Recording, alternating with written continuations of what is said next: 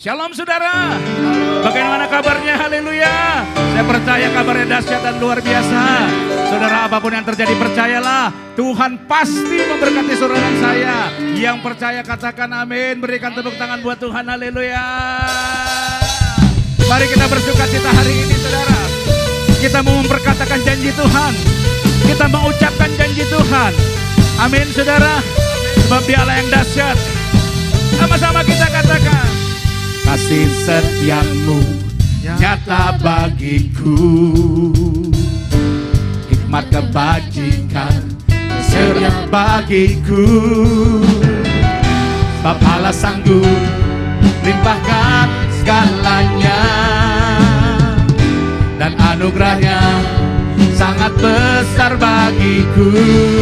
Sama-sama, aku diberkati, aku dilimpahi, karena Allah sanggup untuk menyediakan. Aku pakai gaya saudara, katakan haleluya. Dilimpahi atas sempurna anugerah Tuhan bagi. Haleluya Tuhan, kami percaya berkat-Mu selalu berlimpah bagi kami. Kami percaya berkat-Mu selalu tercurah atas kami. Kami mau perkatakan janji-Mu. Kasih setiamu nyata bagiku. Amin. Hikmat kebajikan sedia bagiku. Sebab Allah sanggup limpahkan segalanya, dan anugerahnya sangat besar bagi. Sama-sama katakan pakai gaya, aku diberkati, diberkati, aku dilimpahi, karena Allah sanggup, amin, untuk menyediakan. Aku diberkati, aku dilimpahi atas sempurna anugerah Tuhan. Katakan kamu diberkati pakai gaya kamu.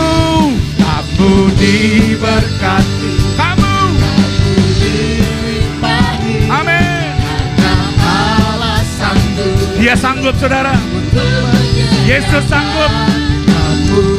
Kamu diberkati, kamu dilimpahi atas sempurna anugerah. Sekali lagi katakan, aku diberkati, aku diberkati, aku diberkati, aku dilimpahi, karena Allah sanggup. Dia menyediakan saudara, Tuhan sediakan. Kita dilimpahi, haleluya, atas sempurna anugerah Tuhan bagiku. Aku diberkati, aku dilimpahi, karena Allah sanggup. Dia sanggup saudara, Yesus sanggup.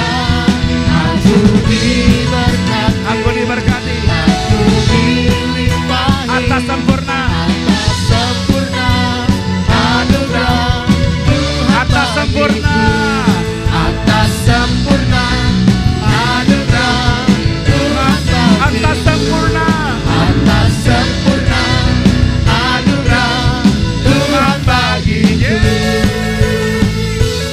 Terima kasih Tuhan atas berkat-Mu bagi kami. Kami bersyukur. Terpujilah nama-Mu Tuhan. Haleluya. Haleluya. Saya percaya Roh Kudus hadir di tengah-tengah kita yang percaya. Katakan amin. Amin. Mari kita sama-sama siapkan hati kita di era Pentakosta yang ketiga ini. Kita percaya bahwa kuasa Tuhan ada atas setiap kita. Amin. Jangan pernah takut, jangan pernah khawatir Bapak Ibu Saudara. Karena Tuhan Yesus yang kita sembah, Allah yang hidup, Allah yang menolong, menyertai saudara sampai akhir zaman. Mari bawa hatimu bersyukur sama Tuhan. Oh terima kasih Tuhan.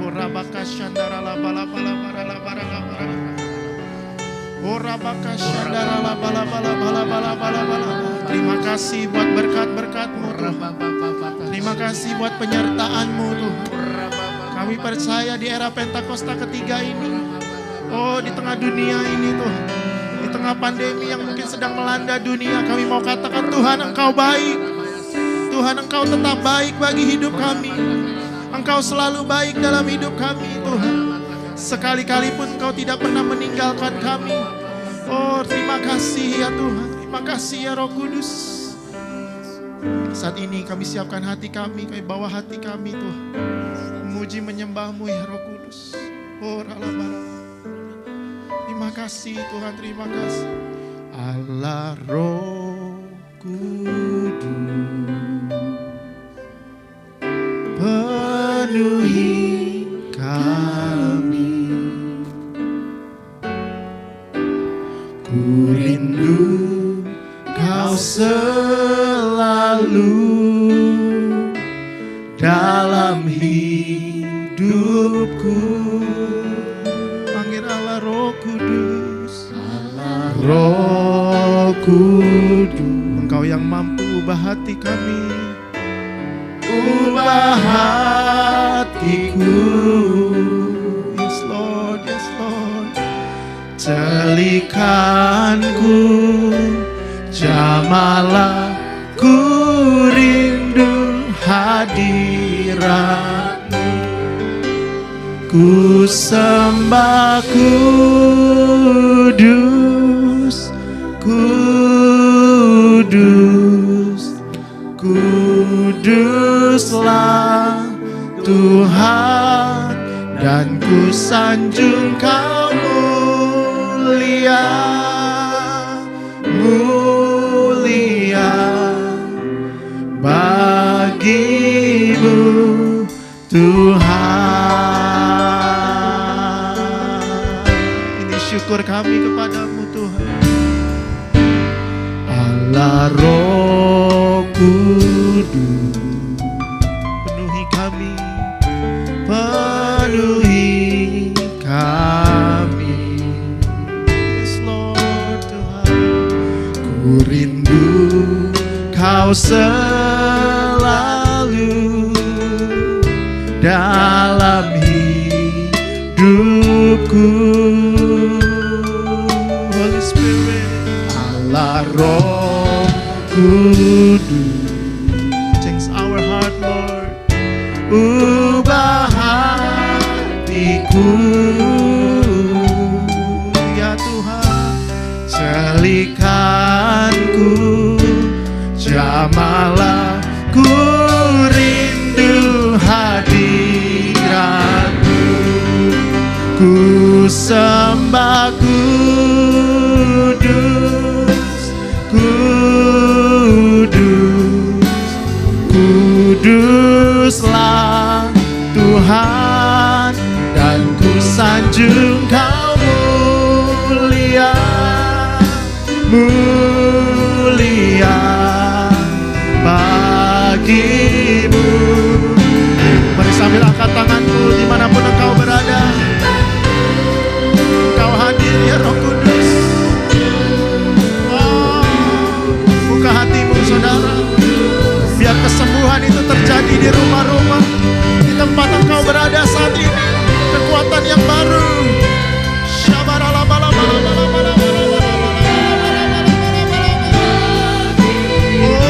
Mari keluarga demi keluarga bergandengan tangan sama-sama sembah Allah yang hidup itu. Kudus, kuduslah Tuhan, ku sanjung Kau mulia, mulia bagi-Mu. Lebih sungguh lagi, ku sembah kudus. Terima jamahan Tuhan saat ini juga. Kuduslah Tuhan, dan ku sanjung Kau mulia,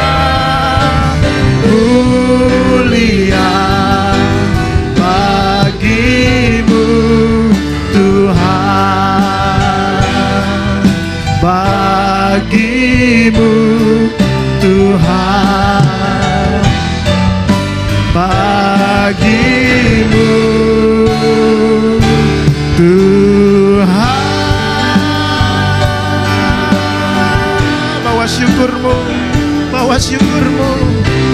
Mari semua kita sama-sama buka suaramu. Haleluya. Oh, Engkau memegang tangan kami. Engkau yang memegang tangan kami ya Tuhan. Engkau yang menuntun kami ya Roh Kudus, ya Roh Kudus. Ini penyembahan umat-Mu.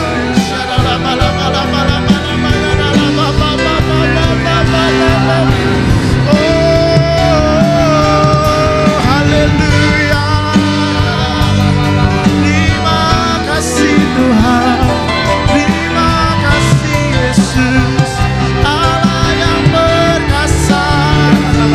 Haleluya. Kau sedang menyegarkan jiwa kami. Kami yang sudah putus pengharapan. Oh, kami yang sudah lemah letih lesu. Kami akan berkata kami kuat karena Engkau ya Tuhan.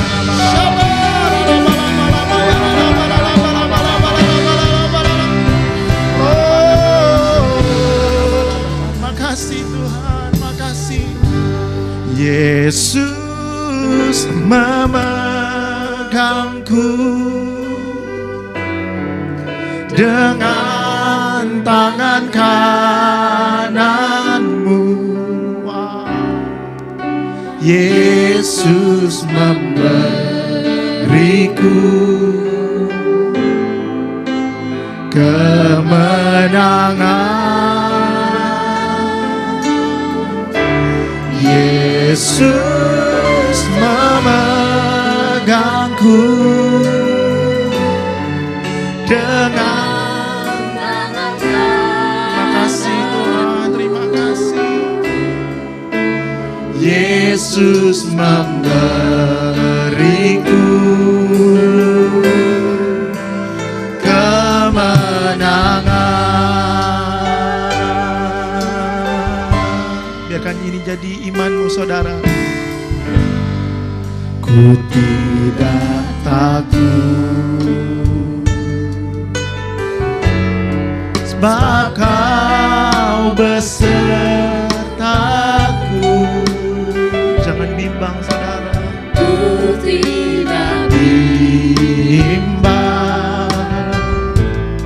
sebab Engkau Allahku. Engkau meneguhkanku, bahkan menolongku. Kau batu karangku, Yesus Tuhan. Haleluya. Yesus memegangku dengan tangan kananmu. Panggil dia Yesus. Ingat janji Tuhan. Kemenangan. Haleluya. Yesus memegangku dengan tangan kananmu. Yesus memberiku kemenangan. Sekali lagi dengan segenap hatimu. Yesus memegangku. Rasakan jamahan Tuhan saudara.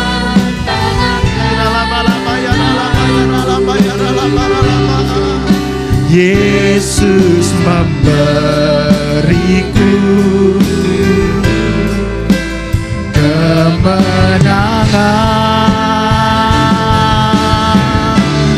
Yesus memegangku dengan tangan kananmu. Yesus memberiku kemenangan.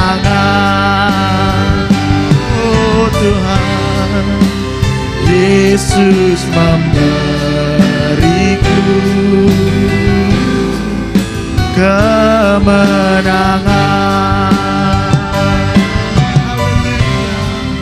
Yesus memberiku kemenangan. Sorak-sorai buat Tuhan Yesus. Haleluya. Amin. Shalom saudara dikasih Tuhan, saya percaya setiap kita diberkati Tuhan. Dan saya sungguh percaya bahwa perlindungan pernyataan Tuhan tunas hidup kita. Hari ini kita sungguh berbahagia, walaupun kita belum bisa bertemu secara fisik di gereja, tapi saya percaya kuasa Tuhan terus ada di sekitar kita dan menaungi kita. Dan saya percaya juga bahwa kita semua ada dalam berkat dan kelimpahan yang Tuhan berikan dalam hidup kita. Mari Bapak Ibu dikasih Tuhan, kita akan belajar bersama-sama dari kebenaran Alkitab yang kita buka dari Alkitab 1 Raja-Raja pasal yang ke-17. 1 Raja-Raja pasal 17 ayat yang ke-7 sampai dengan ayat yang ke-16. Judul perikopnya adalah Elia dan janda di Sarfat. Saya akan bacakan buat kita semua. Tetapi sesudah beberapa waktu sungai itu menjadi kering sebab hujan tidak turun di negeri itu. Maka datanglah firman Tuhan kepada Elia. Bersiaplah pergi ke Sarfat yang termasuk wilayah Sidon dan diamlah di sana. Ketahuilah aku telah memerintahkan seorang janda untuk memberi engkau makan. Ayat 10. Sesudah itu ia siap lalu pergi ke Sarfat. Setelah ia sampai ke pintu gerbang kota itu, tampaklah di sana seorang janda sedang mengumpulkan kayu api. Ia berseru kepada perempuan itu, katanya, cobalah ambil bagiku sedikit air dalam kendi supaya aku minum. Ketika perempuan itu pergi mengambilnya, ia berseru lagi, cobalah ambil juga bagiku sepotong roti. Perempuan itu menjadi jawab, demi Tuhan Allahmu yang hidup, sesungguhnya tidak ada roti padaku sedikit pun kecuali segenggam tepung dalam tempayan dan sedikit minyak dalam buli-buli. Dan sekarang aku sedang mengumpulkan 2-3 kayu api, kemudian aku mau pulang dan mengolahnya bagiku dan bagi anakku. Dan setelah kami memakannya, maka kami akan mati. Tetapi Elia berkata kepadanya, janganlah takut, pulanglah. Buatlah seperti yang kau katakan, tetapi buatlah lebih dahulu bagiku sepotong roti bundar kecil daripadanya. Dan bawalah kepadaku, kemudian barulah kau buat bagimu dan bagi anakmu. Ayat 14. Sebab beginilah firman Tuhan Allah Israel, tepung dalam tempayan itu tidak akan habis dan minyak dalam buli-buli itu tidak akan berkurang sampai pada waktu Tuhan memberi hujan ke atas muka bumi. Lalu pergilah perempuan itu dan berbuat seperti yang dikatakan Elia. Maka perempuan itu dan dia beserta anak perempuan itu mendapatkan makan beberapa waktu lamanya. Tetapi tepung dalam tempayan itu tidak habis dan minyak dalam buli-buli tidak berkurang seperti firman Tuhan yang diucapkan dengan perantaran Elia. Bapak Ibu dikasih Tuhan, kondisi kita hari ini mungkin sama apa yang dialami oleh Elia dan janda di Sarfat.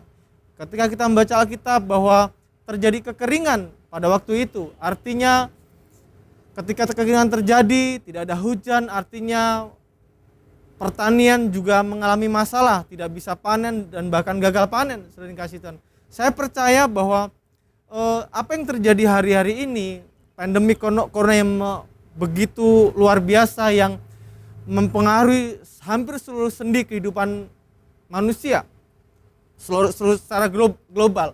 Hari ini di negara kita, khususnya di kota Jakarta, masuk di era new normal, bagaimana beraktivitas tapi dengan aturan-aturan baru tentang corona ini. Nah, saya percaya Bapak Ibu bahwa hari ini mungkin banyak orang yang di PHK, kehilangan pekerjaan dan mengalami kesusahan. Tapi kita harus bersyukur, kita sebagai anak-anak Tuhan, walaupun mungkin Bapak Ibu kasih Tuhan, kita mungkin gaji kita mungkin dikurangi, kita nggak dapat THR atau mungkin bonus kita mungkin tidak kita peroleh. Tapi saya percaya bahwa ketika kita masih bekerja, itulah anugerah yang Tuhan berikan dalam hidup kita. Kita masih diberkati Tuhan, kita masih makan dengan baik, walaupun mungkin lauk nggak terlalu mewah lagi karena mungkin kondisi ekonomi dan segala. Tapi saya percaya Bapak Ibu kasih Tuhan, hari-hari ini kalau kita lihat sesuai dengan yang kita baca di perikop ini, itu sama apa yang terjadi dengan Elia pada waktu itu. Elia pada waktu itu diperintahkan Tuhan untuk dia pergi ke Sarfat menemui seorang janda. Dan kalau kita lihat bahwa janda ini ternyata bukan seorang janda yang kaya, dia adalah seorang janda yang susah. Kenapa? Dia hanya memiliki segenggam tepung. Dan ketika dia mengolah tepung itu menjadi roti, hanya cukup untuk dia dan anaknya. Dan sudah itu Alkitab mengatakan bahwa dia akan mati. Nah, Bapak Ibu kasih Tuhan, ternyata pada waktu itu Elia mengalami krisis. Janda itu mengalami krisis. Sama apa yang kita alami hari ini. Semua orang mengalami krisis. Baik itu sebagai yang berusaha, yang bekerja di kantor. Kemudian yang sekolah pun juga, yang berpendidikan juga mengalami yang sama. Tidak bisa ketemu sekolah dengan baik karena harus online dan segala macam. Dan kebutuhan pun naik dan segala macam. Tapi saya percaya bahwa semua kita ada dalam perlindungan Tuhan. Nah, Bapak Ibu kasih Tuhan, kita akan melihat bagaimana kita belajar dari perikop ini. Bagaimana Tuhan buat luar biasa atas diri Elia dan juga atas janda dan anak perempuannya ini. Apa yang kita bisa pelajari dari pembacaan kita hari ini, Bapak Ibu kasih Tuhan? Kita percaya bahwa Allah adalah Allah yang luar biasa. Nah, Bapak Ibu kasih Tuhan, kalau kita lihat pada waktu itu Elia pergi ke Sarfat menemui seorang janda. Dan ketika dia bertemu dengan janda itu, dia meminta minum. Dan bukan hanya itu, ketika dia minta minum, dia berkata kepada janda itu, berikanlah padaku roti, buatlah padaku roti. Nah, dan janda ini menjawab bahwa Tuhan, kami cuma punya segenggam tepung dan minyak dalam buli-buli. Setelah kami mengolahnya, kami akan mati, habis. Nah, tetapi Elia berkata bahwa buatlah bagiku, dan sudah itu buatlah bagi engkau dan anakmu. Apa yang kita bisa pelajari dari pembacaan ini? Dan ketika janda ini mendengar perkataan dikatakan oleh Elia, janda ini melakukan. Dia mengumpulkan kayu api, kemudian dia mengolah tepung yang hanya segenggam itu dengan minyak hanya dalam buli-buli itu, kemudian dia mengolah roti bundar itu. Ketika dia mengolah roti bundar itu, dia memberikannya kepada Elia. Apa yang kita bisa pelajari hari ini? Bapak Ibu dikasih Tuhan, bahwa di masa-masa krisis hari ini waktunya kita semakin taat kepada Tuhan. Ini waktunya kita semakin sungguh-sungguh di hadapan Tuhan. Kita tidak tahu sampai berapa lama pandemi ini berakhir, sampai berapa lama virus ini selesai. Tidak ada yang tahu. Mungkin bisa 1 tahun, 2 tahun, kita tidak tahu. Dan sampai hari ini pun vaksinnya belum diketemukan. Saya percaya bahwa ini waktunya, Bapak Ibu Saudara kasih Tuhan, untuk kita sungguh-sungguh taat kepada Tuhan, taat kepada firman Tuhan. Kita belajar. Banyak kantor-kantor, bahkan di kantor saya sendiri pun sebagian besar pekerjaan dilakukan di rumah. Ini waktunya kita kembali membangun mesbah keluarga. Kita kembali membangun waktu-waktu kita bersama berdoa dengan keluarga kita, bersama istri dan anak-anak kita. Ini waktunya kita untuk sungguh-sungguh lagi mencari Tuhan dalam kondisi hari-hari ini. Saya percaya Bapak Ibu dikasih Tuhan, Tuhan punya rencana yang luar biasa. Ketika Tuhan izinkan, saya katakan Tuhan izinkan keadaan ini ada, supaya kita sebagai anak Tuhan lebih taat kepada Tuhan kembali. Hari-hari yang lalu, mungkin tahun-tahun yang lalu, kita mungkin taat, kita tidak sungguh-sungguh. Ini waktunya Bapak Ibu. Saya mengajak buat setiap kita untuk taat kepada Tuhan, taat kepada firman Tuhan. Waktu-waktu kita, bagaimana ketika kita ada banyak waktu di rumah, bagaimana kita merenungkan firman, bagaimana kita bercengkrama dengan anak-anak kita. Mungkin hari-hari ini Bapak Ibu dikasih Tuhan, kita akan lebih dekat lagi dengan anak dan istri kita karena kita punya waktu di rumah. Hampir sebagian besar waktu kita di rumah. Yang tadinya kita bekerja pagi harus bangun, pergi ke kantor, pulang sudah malam.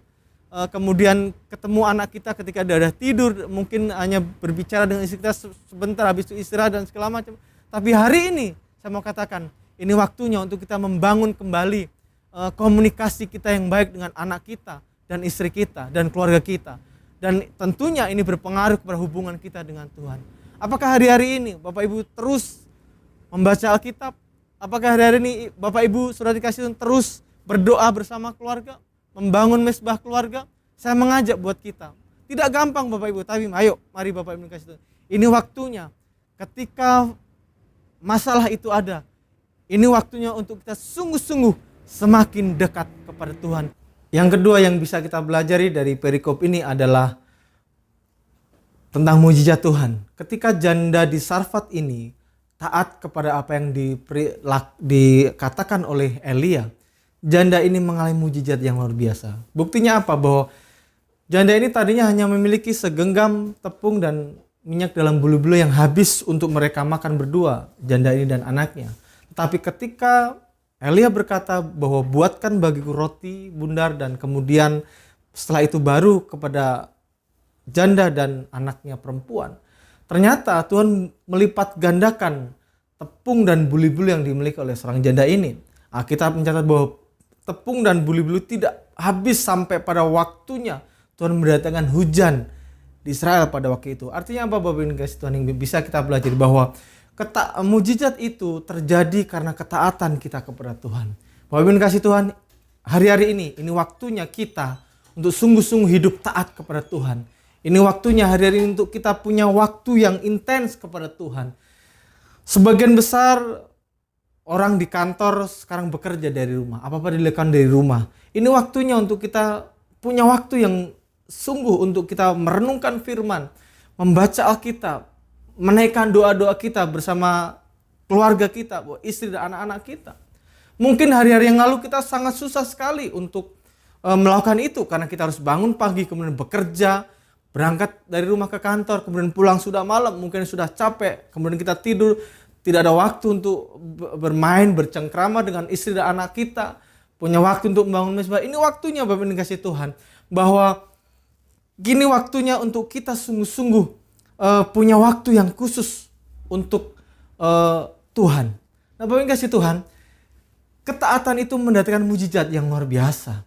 Hari ini saya percaya akan mungkin Bapak Ibu dikasih sudah mengalami mujizat selama masa-masa ini. Mungkin mungkin gaji kita dikurangin, atau mungkin kita nggak dapat bonus dari pekerjaan kita, tidak apa-apa. Tuhan bisa buat mujizat. Janda ini mengalami mujizat yang luar biasa, bahkan wow. Kenapa? Berlimpah dia mengalami mujizat. Tepungnya itu banyak sekali, buli-buli minyak dalam bulu juga banyak sekali. Kalau kita lihat baca kembali perikop ayat-ayat selanjutnya, ayat 17 dan selanjutnya, bagaimana ketika terjadi musibah, anak yang sakit dan kemudian mati. Tapi mujizat masih berlaku untuk janda ini. Anaknya disembuhkan oleh Tuhan lewat Elia. Nah Bapak Ibu kasih Tuhan, ini waktunya ketika kita taat kepada Tuhan, mujizat akan berlaku dalam hidup kita. Mujizat itu akan berlaku dalam hidup kita. Tuhan adalah Tuhan yang luar biasa, yang besar, yang mampu mengendalikan apapun dalam hidup kita. Mungkin orang bilang, wah sekarang ekonomi susah, tetapi saya percaya mujizat pemeliharaan Tuhan terjadi dalam hidup kita. Bapak ini jangan pernah ragukan mujizat Tuhan. Kita mungkin masih ingat pesan dari gembala kita, Gembala Jemaat GBI Tebet, Pak Miki, bagaimana beliau menyaksikan ada seorang ibu di daerah Malang ketika dia dapat bantuan beras 5 kilo, tetapi hampir 2 bulan itu beras itu tidak pernah habis. Bayangkan secara logika bahwa beras 5 kilo itu kalau dimakan untuk satu keluarga, ibu, anak 2 atau 1, itu mungkin nggak sampai sebulan itu habis. Tapi ini lebih dari ini 2 bulan berasnya tidak habis-habis. Kenapa? Itu mujizat Tuhan. Ternyata dia doain tiap hari, dia doain berasnya itu supaya tidak berkekurangan. Mungkin kita masih ingat cerita tentang bagaimana Yesus memberi makan 5 roti 2 ikan. Kalau secara logika tidak mungkin 5 roti 2 ikan itu bisa memberi makan 5.000 orang, laki-laki, hanya laki-laki, belum perempuan dan anak-anak. Tetapi Alkitab mencatat ketika mereka sudah makan semua, sisa 12 bakul. Inilah mujizat yang Tuhan berikan dalam hidup kita. Nah Bapak ini kasih Tuhan, mari, saya percaya hari ini Tuhan memberikan mujizat dalam hidup kita. Kenapa? Mujizat Tuhan itu berlaku pada masa lampau, hari ini sampai pada masa yang akan datang. Saya percaya Bapak Ibu dikasih Tuhan, jangan pernah ragukan mujizat Tuhan. Kalau hari-hari ini mungkin ada yang sakit, mari terus berdoa di hadapan Tuhan. Saya percaya ada mujizat kesembuhan. Kalau hari ini mungkin kita lagi susah soal ekonomi, percayalah Bapak Ibu dikasih Tuhan, ini waktunya kita akan melihat mujizat Tuhan. Masalah itu ada. Masalah itu diizinkan Tuhan supaya orang melihat bahwa Tuhan itu ada. Sebagai orang percaya, masalah itu diizinkan Tuhan. Masalah itu terjadi dalam hidup kita untuk kita bisa melihat bahwa mujizat Tuhan itu masih berlaku sampai hari ini. Apa yang dikasih Tuhan? Janda di Sarwati mengalami mujizat yang luar biasa. Karena dia berkelimpahan. tadinya dia berkekurangan, hanya cukup makan 1 kali, kemudian habis itu dia mati. Tetapi mujizat Tuhan berlaku ketika dia taat, mujizat Tuhan berlaku, dia mengalami kelimpahan. Ya, mengalami kelimpahan.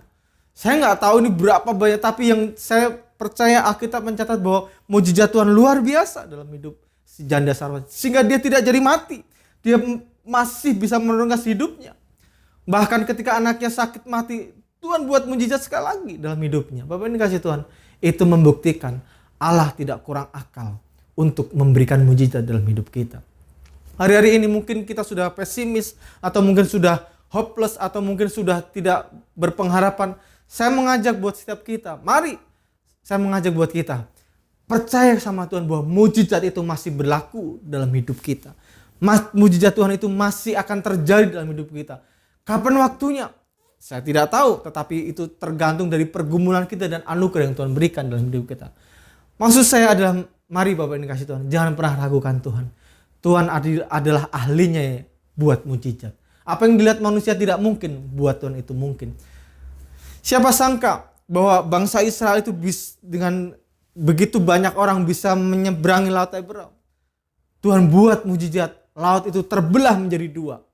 Sehingga bangsa Israel bisa lewatin laut itu. Siapa sangka selama 40 tahun bangsa Israel berkeliling, mengembara di padang gurun. Alkitab mencatat mereka tidak pernah berkekurangan dan kasut mereka tidak pernah koyak. Itu mujizat Tuhan. Nah, saya percaya Bapak ini kasih Tuhan, hari-hari ini mujizat Tuhan akan terus dicurahkan ke dalam hidup kita ketika kita punya roh yang taat di hadapan Tuhan. Bapak Ibu alami mujizat Tuhan, tapi harus dimulai dari ketaatan. Seperti yang saya sampaikan di poin yang pertama. Janda ini mengalami mujizat yang luar biasa Tuhan. Alami, rindukan mujizat Tuhan. Sehingga kita akan menjadi kesaksian yang luar biasa. Mungkin kita tidak tahu, dalam bahasa saya begini Bapak Ibu kasih Tuhan. Mungkin janda ini mungkin tidak diperhatikan orang. Mungkin janda ini juga mungkin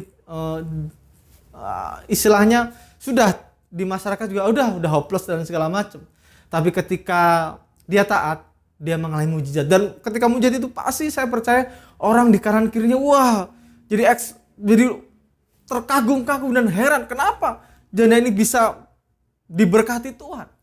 Karena dia taat kepada apa yang dilakukan, apa yang dikatakan oleh Elia sebagai seorang nabi Tuhan. Bapak dikasih Tuhan, mujizat Tuhan itu masih berlaku. Dan jangan pernah ragukan mujizat Tuhan. Karena saya percaya mujizat Tuhan itu akan membuat kita semakin hari semakin jatuh cinta kepada Tuhan. Ketika mujizat Tuhan itu terjadi, kita akan semakin sungguh-sungguh mengikut Tuhan. Kita tidak mau main-main lagi di hadapan Tuhan. Karena saya percaya mujizat itu akan menjadikan kita semakin dekat dengan Tuhan. Mujizat yang kita alami harusnya semakin membuat kita semakin dekat, semakin dekat, semakin dekat, dan semakin dekat kepada Tuhan. Bapak ini kasih Tuhan. Selanjutnya apa yang bisa kita pelajari dari seorang janda ini? Cerita Elia dan janda di Sarfat ini. Yang ketiga adalah tentang hal memberi Bapak Ibu. Kenapa tentang hal memberi Bapak ini kasih Tuhan? Kalau kita lihat tadi di ketika Elia berkomunikasi dengan janda ini bahwa memang janda ini hanya punya roti segenggam tepung dan hanya 1 buli-buli minyak. Setelah itu diolah habis. Nah, dalam kekurangannya janda itu mau memberikannya itu. Bisa saja janda ini menolak apa yang dikatakan oleh, oh enggak, aku punyanya cuma segini, udah Tuhan cari orang lain aja atau beli kayak atau segala macam. Mungkin bisa saja terjadi seperti itu. Tetapi selain taat tadi dan dia mengalami mujizat itu, kalau kita lihat kembali, ya janda ini rela mempersembahkan, rela memberikan apa yang menjadi miliknya satu-satunya. Karena kita mencatat bahwa ketika janda ini membuat roti, habis makan dia mati dan anaknya. Ini sama kalau kita tarik ke Perjanjian Baru, bagaimana ketika Yesus melihat waktu itu di Bait Allah, bagaimana seorang kaya memberikan persembahan dan seorang janda. Ya, seorang janda ini memberikan persembahan apa yang menjadi milik kepunyaan, semuanya dipersembahkan, walaupun mungkin secara jumlah itu kecil sekali, 2 peser perak. Tapi Yesus mengatakan bahwa orang ini memberikan lebih dari orang kaya itu. Kenapa? Dia memberi dari apa yang menjadi kekurangannya. Bapak Ibu dikasih Tuhan. Hari-hari ini Bapak Ibu dikasih Tuhan, di masa-masa pandemik ini, di masa-masa mungkin krisis global, bahkan krisis di negara kita, orang susah di PHK, mengalami susah dalam mencari pekerjaan, mencari mata pencaharian dan sebagainya. Bukan alasan untuk kita tidak memberi Bapak Ibu dikasih Tuhan. Ini waktunya di saat kita mungkin berkekurangan, tidak berkelimpahan. Ini waktunya kita untuk belajar memberi Bapak Ibu dikasih Tuhan. Karena Alkitab mencatat bahwa berbagailah orang memberi daripada menerima. Ya, memberi Bapak Ibu dikasih. Ini hal yang mungkin gak masuk akal di pikiran kita, tetapi Alkitab mencatat bahwa siapa yang memberi banyak akan diberi banyak. Ini waktunya Bapak Ibu untuk kita sebagai orang Kristen memberi apa yang bisa beri. Bukan hanya ucapan syukur, bukan hanya memberi semangat buat saudara kita. Kalau perlu harta kita, Bapak Ibu dikasih Tuhan. Kalau perlu harta kita. Kalau orang memberi dalam kelimpahan itu biasa. Tapi kalau memberi dalam kekurangan itu luar biasa Bapak Ibu. Salibnya di situ. Bayar harganya di situ. Saya percaya Bapak Ibu dikasih Tuhan. Ketika kita belajar memberi kepada orang-orang di sekitar kita, memberi sesuatu kepada orang lain, mungkin kita akan kehilangan sesuatu itu. Tapi percayalah, Tuhanlah Tuhan yang tidak mau berhutang. Tuhanlah Tuhan yang akan menepati janjinya. Siapa yang memberi akan diberikan. Siapa akan memberi akan diberikan. Bapak Ibu dikasih Tuhan. Ini waktunya sebagai orang Kristen percaya memberi. Sederhana Bapak Ibu dikasih Tuhan. Sederhana. Saya punya kesaksian Bapak Ibu dikasih Tuhan. Bagaimana saya di rumah ada tukang yang sedang bekerja. Memperbaiki rumah saya. Merenov rumah saya. Dan sebenarnya saya dan istri juga gak perlu untuk memasak makanan untuk mereka makan. Karena itu bukan tanggung jawab kami. Itu bukan urusan kami karena semuanya itu urusan mereka. Karena kami sudah mengeluarkan kos untuk renov dan itu sudah termasuk dari situ. Tapi saya dengan istri belajar untuk memberi. Karena saya tahu sekarang orang susah untuk makan dan segala macam. Makanya ada bantuan dari pemerintah dan segala macam. Bapak Ibu kasih Tuhan. Istri saya masak. Kemudian saya berikan kepada mereka. Ada sekitar 6 orang. Dan mereka terima itu dengan wah terima kasih Pak, terima kasih. Selama ini kita nggak pernah begini kerja dimasain orang untuk makan. Karena apa saya lakukan ini? Bukan berarti saya udah kaya raya. Enggak, saya biasa saja Bapak Ibu. Tapi saya belajar memberi apa yang kami punya. Kami punya istri saya bisa masak, istri saya masak kemudian kasih ke tukang itu. Dan ketika kemarin Lebaran istri saya beliin beberapa tukang itu sarung Bapak Ibu. Mungkin kita harus keluarin kos untuk itu. Tapi buat saya itulah memberi. Itulah memberi. Istri saya belikan sarung buat mereka. Kita kasih mereka dan mereka pun juga berterima kasih. Bukan artinya ucapan terima kasih, enggak. Tapi bagaimana saya bersyukur. Saya masih bersama keluarga masih bisa memberi sesuatu buat mereka. Bapak ini kasih Tuhan. Saya percaya. Ini waktunya sebagai anak Tuhan. Gereja Tuhan. Memberi dari apa yang kita punya. Tuhan itu menuntut bukan apa yang tidak kita punya. Tuhan menuntut apa yang kita punya. Kita punya harta, berikan kepada orang yang lebih membutuhkan. Mungkin kita punya kelebihan sedikit, mungkin sembako, berikan kepada orang lain. Bapak ini kasih. Gereja Tepat juga peduli dengan setiap jemaat Bapak Ibu Saudara kasih Tuhan bahwa kita kasih sembako buat Bapak Ibu yang membutuhkan, bisa kontak di gereja supaya Bapak Ibu tidak susah makan, tidak berkekurangan. Saya percaya Bapak Ibu, orang memberi itu tidak akan pernah Tuhan tinggalkan. Orang yang memberi itu tidak akan pernah Tuhan tinggalkan. Orang yang memberi pasti Tuhan akan gantikan itu. Kapan waktunya? Itu tergantung kedaulatan Tuhan. Bapak ini kasih Tuhan. Di masa-masa ini waktunya kita memberi Bapak ini kasih Tuhan. Ini waktunya memberi. Dari apa yang kita punya, bukan dari apa yang kita tidak punya. Dari apa yang kita punya. Saya percaya Bapak ini kasih Tuhan. Belajar memberi. Belajar memberi dan Tuhan akan gantikan itu dengan berlipat kali ganda. Ketika kita memberi, itu artinya kita bisa berbagi dengan saudara seiman kita. Ketika kita memberi, kita bisa berbagi dengan lingkungan sekitar kita. Supaya orang bisa melihat Kristus dalam hidup kita. Supaya orang melihat Kristus dalam hidup kita. Supaya orang bisa melihat, oh ini terang Kristus dalam hidup kita. Bapak kasih Tuhan. Bapak kasih Tuhan. Ada satu quote yang menarik yang saya kutip dari teman saya, seorang hamba Tuhan di Bali. Dia berkata begini. Adalah hal lumrah kalau dalam kelimpahan kita memberi. Atau bahasa saya, dalam kelimpahan kita memberi itu lumrah. Tapi dalam keadaan susah kita bisa memberi, itu anugerah. Saya ulang Bapak Ibu dikasih Tuhan. Dalam kelimpahan kita bisa memberi itu lumrah, itu wajar. Tetapi ketika kita dalam kesusahan, tapi kita bisa memberi atau mau memberi, itulah anugerah. Mari Bapak Ibu dikasih Tuhan. Kita harus rela hidup kita untuk berbagi hidup kita dengan orang lain. Bukan hanya mungkin nasihat kita, tapi juga harta kita, apa yang kita punyai. Karena apa? Saya percaya Tuhan akan gantikan dengan berlipat kali ganda. Seperti apa yang dialami oleh seorang janda di Sarfat. Bapak Ibu kasih Tuhan. Jadi ada 3 kebenaran yang kita bisa pelajari dari perenungan kita. Yang pertama adalah taat. Mari hari ini kita harus lebih taat lagi kepada Tuhan. Harus lebih taat lagi di hadapan Tuhan dibanding hari-hari yang lalu. Yang kedua, mari alami mujizat Tuhan. Ketika ketaatan itu terjadi, akan ada mujizat Tuhan yang tidak pernah kita bayangkan, tidak pernah kita pikirkan, yang itu akan diberikan Tuhan dalam hidup kita. Kemudian yang ketiga, mari belajar memberi. Tidak gampang Bapak ini kasih, tidak gampang. Tapi ini waktunya untuk kita belajar memberi. Karena saya percaya Bapak ini kasih, apa yang dialami oleh janda di Sarfat ini akan kita alami, akan kita rasakan, akan kita alami luar biasa ketika kita bisa melakukan apa yang saya sharingkan pada pagi hari ini. Saya percaya Bapak ini kasih Tuhan. Bapak Ibu tetap semangat Bapak Ibu. Jangan goyah iman kita, kepercayaan kepada Tuhan. Dan percaya bahwa Tuhan yang kita sembah adalah Tuhan yang sama. Tuhan yang sama, yang buat mujizat, yang buat kesembuhan dan buat hal-hal yang heran yang luar biasa dalam hidup kita. Mari Bapak ini kasih Tuhan. Kita percaya bahwa hari-hari ini ketika krisis ini ada, ini waktunya untuk kita sungguh-sungguh di depan Tuhan. Sungguh-sungguh taat.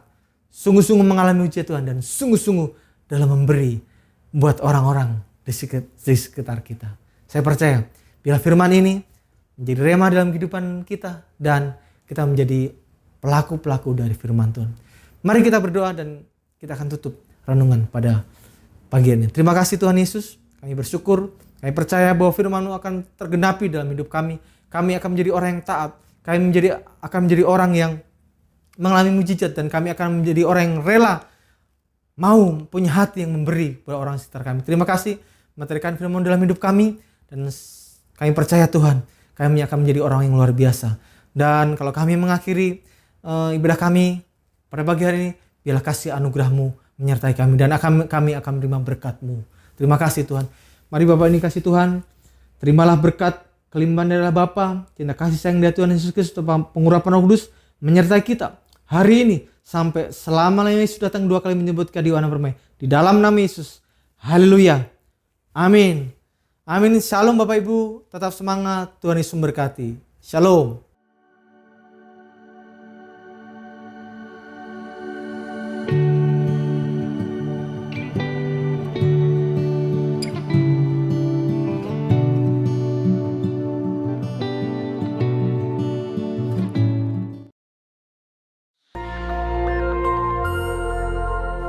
Shalom Bapak Ibu Saudara sekalian. Hari ini kita akan membahas tentang ibadah online dan ibadah offline.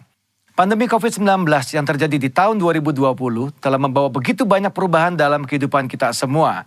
Cara kita belajar berubah, cara kita bekerja sekarang juga harus berubah. Begitu juga dengan cara kita hidup, semuanya telah berubah. Termasuk bagaimana cara gereja menjalankan ibadahnya hari-hari ini. Gereja berpindah dari ibadah offline menjadi ibadah online untuk menyikapi situasi yang sedang berkembang. Pertanyaannya, apakah ibadah online itu sesuai dengan firman Tuhan atau tidak? Untuk itu, mari kita belajar tentang apa itu gereja. Dalam Matius 16 ayat yang ke-18, firman Tuhan berkata, "Dan aku berkata kepadamu, engkau adalah Petrus, dan di atas batu karang ini, aku akan mendirikan jemaatku, dan alam maut tidak akan menguasainya." Kata jemaat di sini diambil dari bahasa asli yaitu eklesia. Ek artinya keluar dan kalein artinya memanggil. Eklesia, Tuhan memanggil umatnya dari dalam dunia untuk masuk ke dalam kerajaan Allah. Dari pengertian ini kita bisa mendapati pemahaman bahwa gereja itu bukan bicara soal gedung, tempat, organisasi, dan lain sebagainya. Tapi gereja berbicara tentang orang-orang yang ada di dalamnya. Gereja adalah perkumpulan orang-orang kudus yang menerima keselamatan lewat pengorbanan Yesus di kayu salib, yang percaya bahwa Yesus adalah Tuhan, penuh dengan Roh Kudus, dan hidupnya sesuai dengan firman Tuhan. Itulah gereja yang sesungguhnya. Dan kita adalah gereja. Ya, Anda adalah gereja. Kitalah semua gereja yang sesungguhnya. Sekarang bagaimana dengan ibadah online? Apakah ibadah online itu Tuhan berkenan atasnya? Apakah Tuhan menyertai ibadah online? Apakah ibadah online adalah sesuatu yang sah dan benar untuk kita lakukan? Jawabannya tentu saja iya. Tuhan pasti menyertai ibadah online. Tuhan hadir di dalam ibadah online. Dan ibadah online adalah ibadah yang sah dan boleh kita lakukan. Apa dasarnya? Ingat, gereja bukan bicara soal gedung, tempat, dan organisasi. Tapi gereja berbicara tentang orang-orang yang ada di dalamnya. Bagi sebagian orang, mereka merasa bahwa beribadah online rasanya berbeda dengan pada waktu ibadah offline. Tentu saja Bapak Ibu Saudara, berkumpul bersama dengan 100 orang rasanya pasti berbeda dengan berkumpul bersama 2 atau 3 orang seperti yang sedang kita lakukan sekarang. Tapi ingat, jangan pakai perasaan. Datang kepada Tuhan pakai iman, jangan pakai perasaan. Yohanes 4 ayat 23-24 firman Tuhan berkata seperti ini. Tetapi saatnya akan datang dan sudah tiba sekarang, bahwa penyembah-penyembah benar akan menyembah Bapa dalam roh dan kebenaran, sebab Bapa menghendaki penyembah-penyembah demikian. Allah itu roh, dan barang siapa menyembah Dia harus menyembahnya dalam roh dan kebenaran. Dikatakan bahwa kita itu menyembah Tuhan yang adalah roh. Roh itu tidak bisa dibatasi oleh ruang dan waktu. Artinya, ibadah kita juga seharusnya tidak dibatasi oleh ruang dan waktu. Kenapa? Karena Tuhan bisa datang kapanpun, dimanapun, dan dengan cara apapun. Tuhan adalah pribadi yang tidak bisa dibatasi oleh ruang, waktu, dan tempat. Begitu juga seharusnya dengan ibadah-ibadah kita. Apakah masih ingat peristiwa pencurahan Roh Kudus di zaman para rasul? Mereka tidak punya gedung yang bagus, mereka tidak berkumpul di tempat yang mewah, mereka tidak punya peralatan sound system seperti yang kita miliki sekarang. Tetapi lihat apa yang terjadi pada waktu mereka berkumpul bersama-sama sebagai sebuah gereja, unity di sana. Tuhan mencurahkan rohnya atas mereka semua. Yang paling penting adalah esensinya, bukan caranya. Ibadah secara online adalah cara untuk kita melakukan sesuatu dalam menyikapi situasi yang ada hari-hari ini. Tetapi yang tidak boleh berubah adalah esensi daripada ibadah itu sendiri. Apa esensi dari sebuah ibadah? Tuhanlah yang menjadi pusat dari semua yang kita lakukan pada waktu ibadah itu berlangsung. Cara bisa berubah, cara hari ini bisa berbeda dengan cara tahun yang akan datang. Tetapi esensi dalam sebuah ibadah tidak pernah boleh berubah. Selain daripada itu, apakah kita sadar bahwa lewat ibadah online, firman Tuhan itu tersebar lebih jauh dan lebih luas daripada yang pernah kita bayangkan sebelumnya. Dengan kata lain, ibadah secara online ini mempercepat penyebaran Injil, seperti yang diperintahkan dalam amanat agung. Sekarang kita akan membahas bagian terakhir. Apakah setelah pandemi ini berakhir, kita tidak perlu lagi datang ke gereja atau mengikuti ibadah offline seperti sebelumnya? Tentu saja tidak, Bapak Ibu Saudara sekalian. Ada 3 alasan kenapa kita tetap harus datang ke gereja berkumpul bersama-sama seperti yang kita lakukan di masa sebelumnya. Alasan yang pertama, 1 adalah atmosfer atau suasana ibadah. Yang kedua, tentang impartasi dan pengurapan kuasa Roh Kudus yang biasa dilakukan lewat penumpangan tangan. Ini sulit untuk dilakukan pada waktu ibadah secara online. Yang ketiga yang tidak kalah penting adalah tentang persekutuan bersama-sama. Ingat, gereja adalah perkumpulan orang-orang percaya. Disebut kumpulan karena memang jumlahnya lebih dari 1. Dan di dalam perkumpulan ini ada rasa saling di dalamnya. Saling sayang, saling mengasihi, saling menegur, saling membangun, saling menyapa, saling mendoakan, saling menguatkan. Nah, hal-hal seperti ini tentu sulit untuk dilakukan di dalam ibadah secara online. Pada dasarnya kita adalah makhluk sosial. Tuhan menciptakan kita tidak untuk sendirian.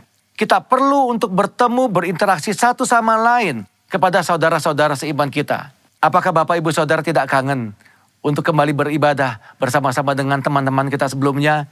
Kembali saling sapa, saling tegur, bertemu dengan gembala kita sendiri. Ayo jangan tinggalkan ibadahmu hari-hari ini. Tuhan Yesus tetap dekat dengan kita. Tuhan menyertai kita semua. Shalom.